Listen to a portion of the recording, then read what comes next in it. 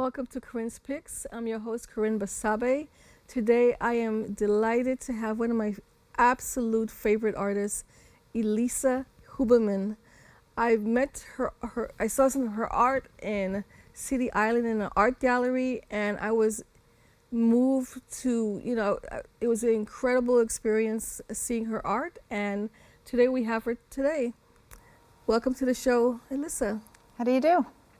Elisa, I'm so glad that I was able to contact you and to have you on the show. Tell the audience a little bit about what you do. I mean, I love your work. What is it that your art is about? Well, it all starts with an idea. When I was little, I used to grow up with children's media and books and TV and cartoons and movies, including Disney movies on home video. And sometimes I start to learn to draw them. At first, what movies I would watch, I only at first want to look at live action stories, not cartoons, but then things got a little rough at the start of the new millennium due to the fact that there was September 11th. So I had to retreat into my vivid imagination. Stick with children's shows, stick with cartoons, stick with live action and animated family films.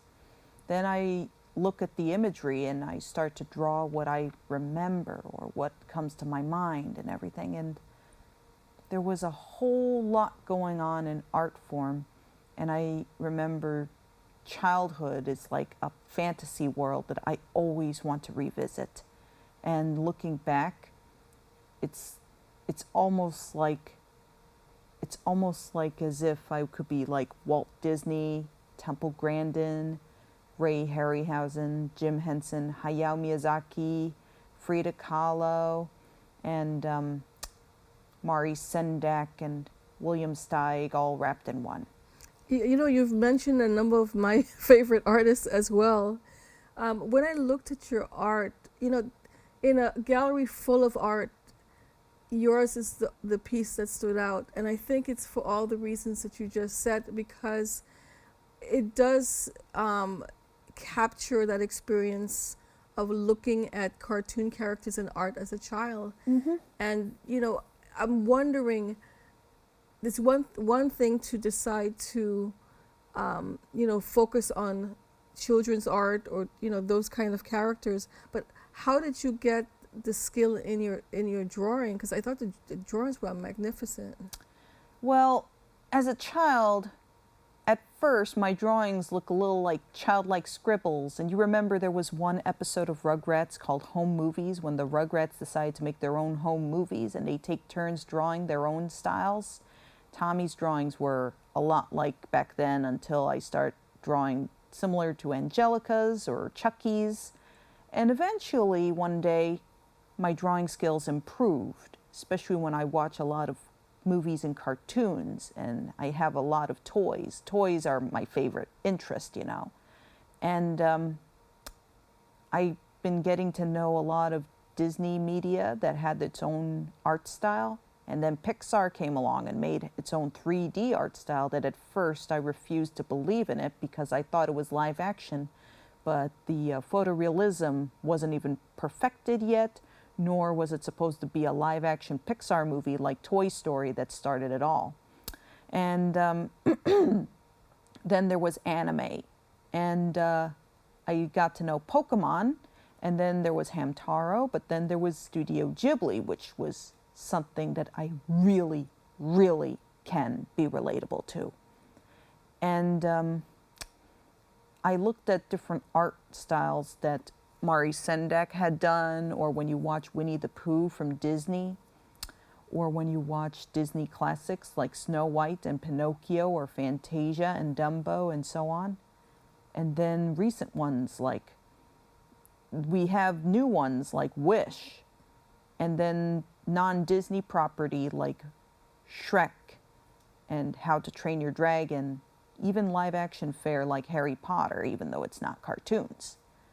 And looking at how my drawing styles vary, whether you're watching a superhero show like X-Men, you can watch X-Men 97 on Disney+, or you can see a cartoon like an anime from Pokemon, or when you watch a show on Disney Channel like Bluey.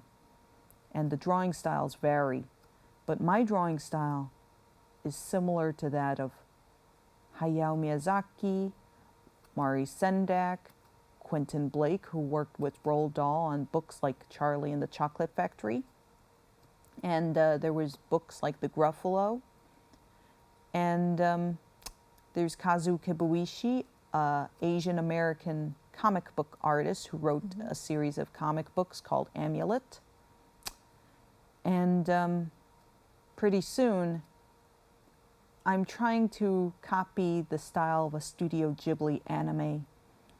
Ever since Spirited Away was released in America, even though not many kids know about it until it started to be like a thing, even otakus, which are Japanese fans of Japanese anime or kaiju pictures. And here we have Studio Ghibli, and Ghibli Fest is coming up. And every time I go see a Ghibli movie, I look into the art, the visuals, the style, the in-depth attention to detail.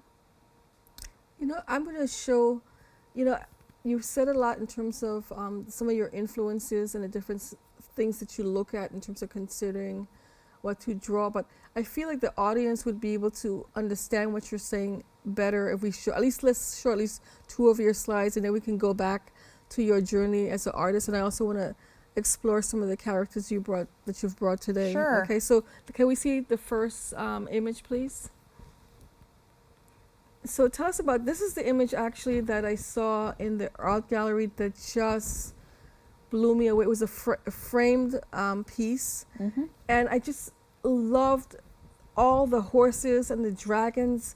And it's not the kind of art that I normally look at or purchase or anything, but I was just struck dumb. I just felt so much emotion when I saw that. I think it had to do with just maybe my inner child or something, but I just could not keep my eyes off of this piece. So tell us about these small scenes in this image. What you're seeing is a series of illustrations for a book series in development. It's called The Hero Kingdoms. And the bottom row illustration is probably from the first book, in which Princess Kira, the warrior princess, who is a lot like Princess Mononoke or Merida from Pixar's Brave, rebels against learning to be a princess and decides to be a warrior princess like Nausicaa. And she goes on a quest and meets this dragon wizard like Thaddeus T. Thornton, who is this little stuffed toy that I brought along. Then they go on a quest together, and they meet new friends, they go on adventures, and it's similar to Dungeons and Dragons, the Chronicles of Narnia. And it's a medieval sword and sorcery type children's book fantasy series that's like Game of Thrones, but for kids. And the top two illustrations will be for the climax of the third book in the trilogy. I really was fond of that piece, particularly because I actually love Dungeons and Dragons, and I love Lord of the Rings, and I tend to look at a lot of those kind of movies.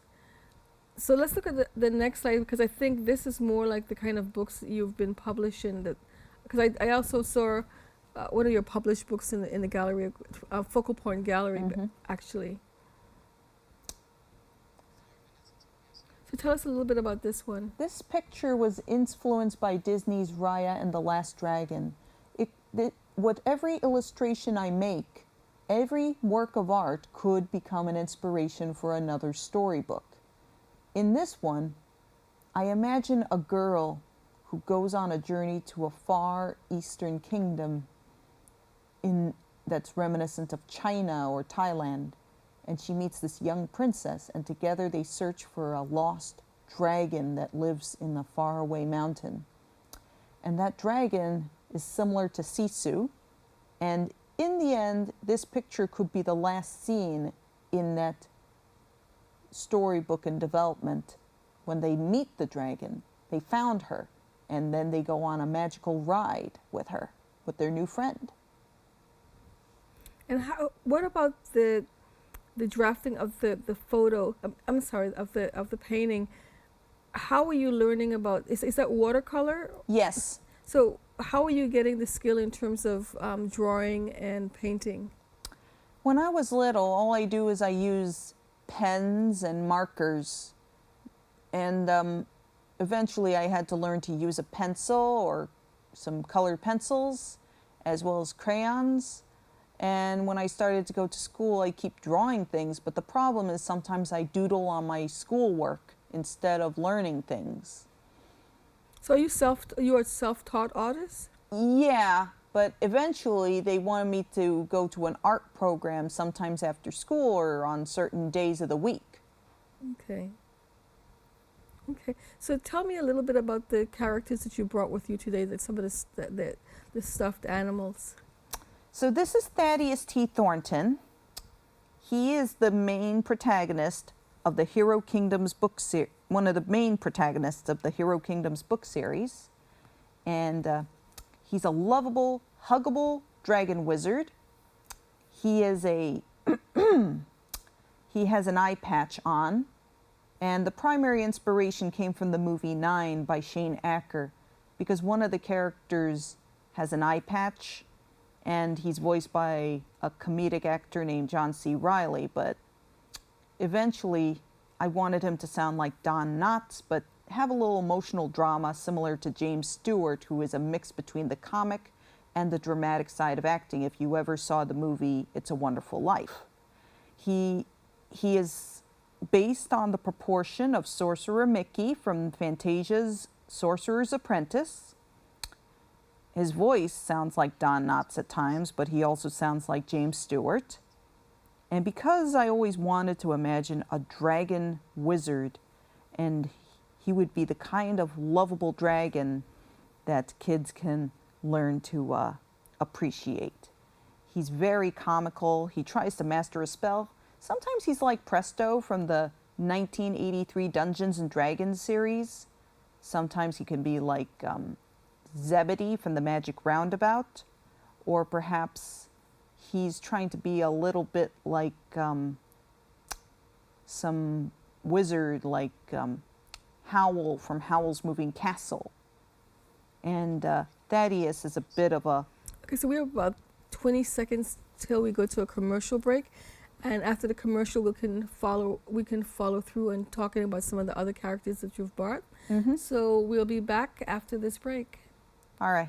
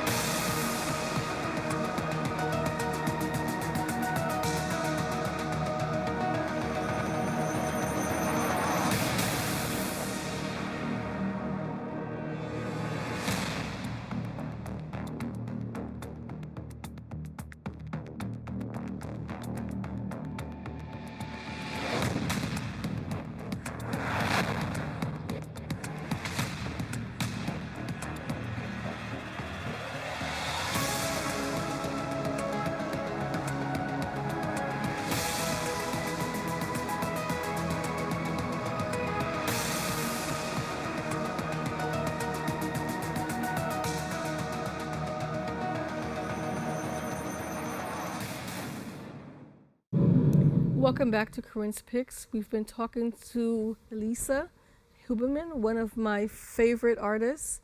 We've been exploring some of the stuffed animals that she's brought. They represent different characters.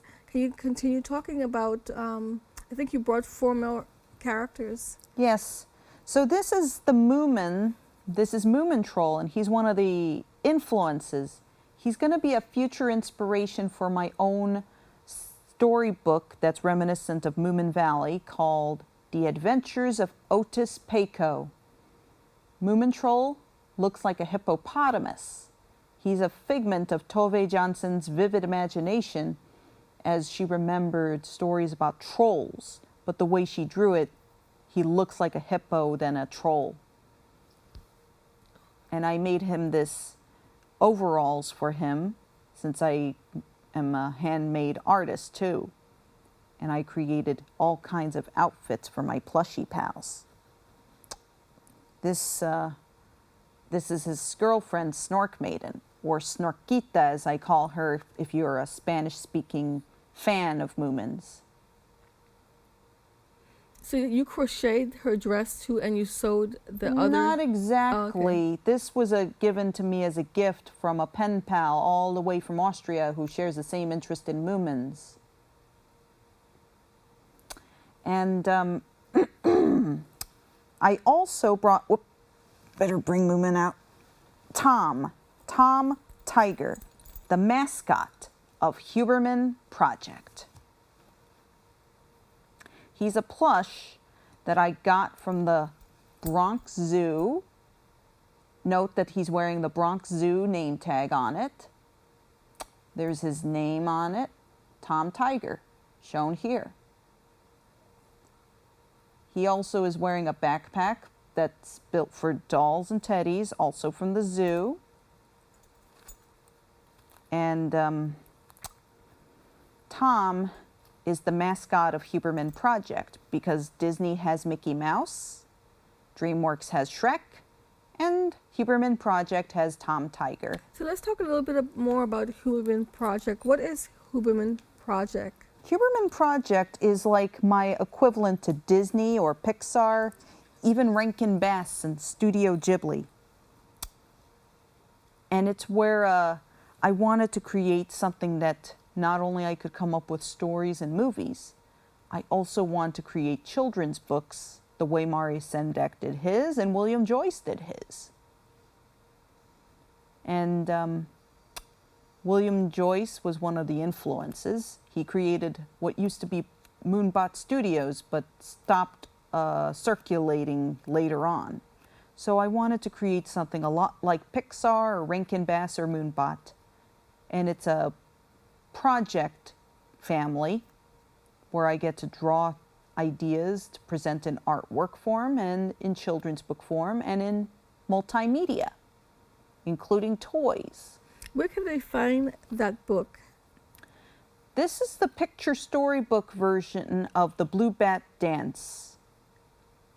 It's available, it was sold at the Focal Point Gallery in City Island, but many of the copies we can order from Amazon or someplace. Okay, all right. So I want to make sure that the audience sees some more. I mean, we have about 10 images left, but I want to make sure that you can talk about some more of your work. So I'm not going to talk as much. So when we go to the next image and the following images, just start explaining your thinking process and your ideas behind these images, okay? Sure. So the next image, let's see image number 3, please. So this is an illustration of Jack Frost. He is a mixture between William Joyce's interpretation of Jack Frost from the Guardians of Childhood book series, as well as Jack Frost from the Rankin Bass holiday special of the same name. The only difference is, while Jack Frost in both versions can fly, I wanted him to ride a magical snow horse named Icicle, well named because of the main icicles on his mane and tail and on his fetlocks. And he has with him a red fox, the namesake red fox, and they're the stars of another book that we're planning to publish after this called the Jack Frost and Red Fox. I like the fact that some of, you can look at this image and think it's just something that you did loosely, but they really reference other works of art from other artists or other series. So I really appreciate that. Can we see the next image, please? So this is the abominable Snowclops, who would appear in a story about griffin knights who live in a mountain region. And this was influenced by stop-motion legend Ray Harryhausen. The Snowclops is a cross between the Cyclops from the Seventh Voyage of Sinbad and the abominable snow monster of the north from the Rankin Bass Christmas classic Rudolph the Red-Nosed Reindeer. And these griffins are modeled after different kinds of eagles, tigers, lions, and different kinds of knights are defending against this monster who would steal treasure from the griffin knights. Okay, very nice. Can we see the next one? This is a picture I did during the pandemic. It's supposed to be just a random image of a knight fighting a two-headed dragon guarding a treasure-filled cave. And it's supposed to be a throwback to classic knights and dragons type stories, as well as throwbacks to Ray Harryhausen, as well as George Pal's film The Wonderful World of the Brothers Grimm that had a dragon that looks just like my drawing. So your favorite medium is still, are you still mostly magic markers and pencil, or do you use paints? I use watercolors. Oh, this is watercolors? Yes, it's mixed media. I still use pens and markers. Okay. Okay. So can we see the next image, please? So this is the concept art for the cover design for the first Hero Kingdoms book titled The Wizard's Prophecy. And it's a throwback to classic film posters and to classic artwork of sword and sorcery type epics, like The Black Cauldron and The Dark Crystal. Okay, can we see the next one? This whimsical painting I did at Pure Vision Arts is about bed sledding, and it's a magical winter watercolor of children who dream they could go sledding in their bed into a mountain region full of all kinds of winter creatures, including penguins, polar bears, seals, even a yeti who greets them. And this is also like a throwback to Winsor McCay's Little Nemo, William Joyce, as well as Rankin Bass and Disney. So the images, your work is very deliberate in terms of the themes and, what this thing symbolizes or what this animal is going to symbolize, with who this character is. I think that's very interesting. Somebody who is as well versed in, watching cartoons or watching children's books would really appreciate some of these images, I think. Yeah, some of them will make great children's books, and some of them will make great feature films, holiday specials, holiday cards, you name it. Okay. And where do you feel that your work is going now? Like what are you actually working on right now? I'm doing a watercolor for Earth Day this week at Pure Vision Arts. Later on, I may do a little more progress making another storybook, and there are so many stories that I want to make into picture book form. Besides the Hero Kingdoms book, we still have the Whimsical Circus, and we also have the Isle of the Hippogriff Riders, and an Arabian Nights type fantasy. There's two, one called Umbla Isolba and one called Karim Kasim. Umbla Isolba is a ring genie, and he is similar to a cross between Hoopa and Zebedee. These are the characters from these two stories. Umba is a ring genie, and this is Karim Kasim, the dog sailor, who is like Sinbad the sailor. And these stories are throwbacks to Aladdin and Sinbad and Ray Harryhausen and Disney. I think it's important to note that these are each original works of art. These books that you have, these are actually hand painted on each page. Mm-hmm. So how is this publishing? Well, actually, let's go through all the books that you brought so that the audience can see that before we close. Mm-hmm. So I have here this book that we published in the past. It's called The Upside Down Giraffe. The Upside Down Giraffe is supposed to be based on an old memory of when there used to be a mural down on 125th Street before crossing to the Bronx of two ducks, one looking right side up, the other's looking upside down. And also there was a similar shot in a story called Stella Luna, after Stella Luna ended up in a bird's nest instead of with her mom.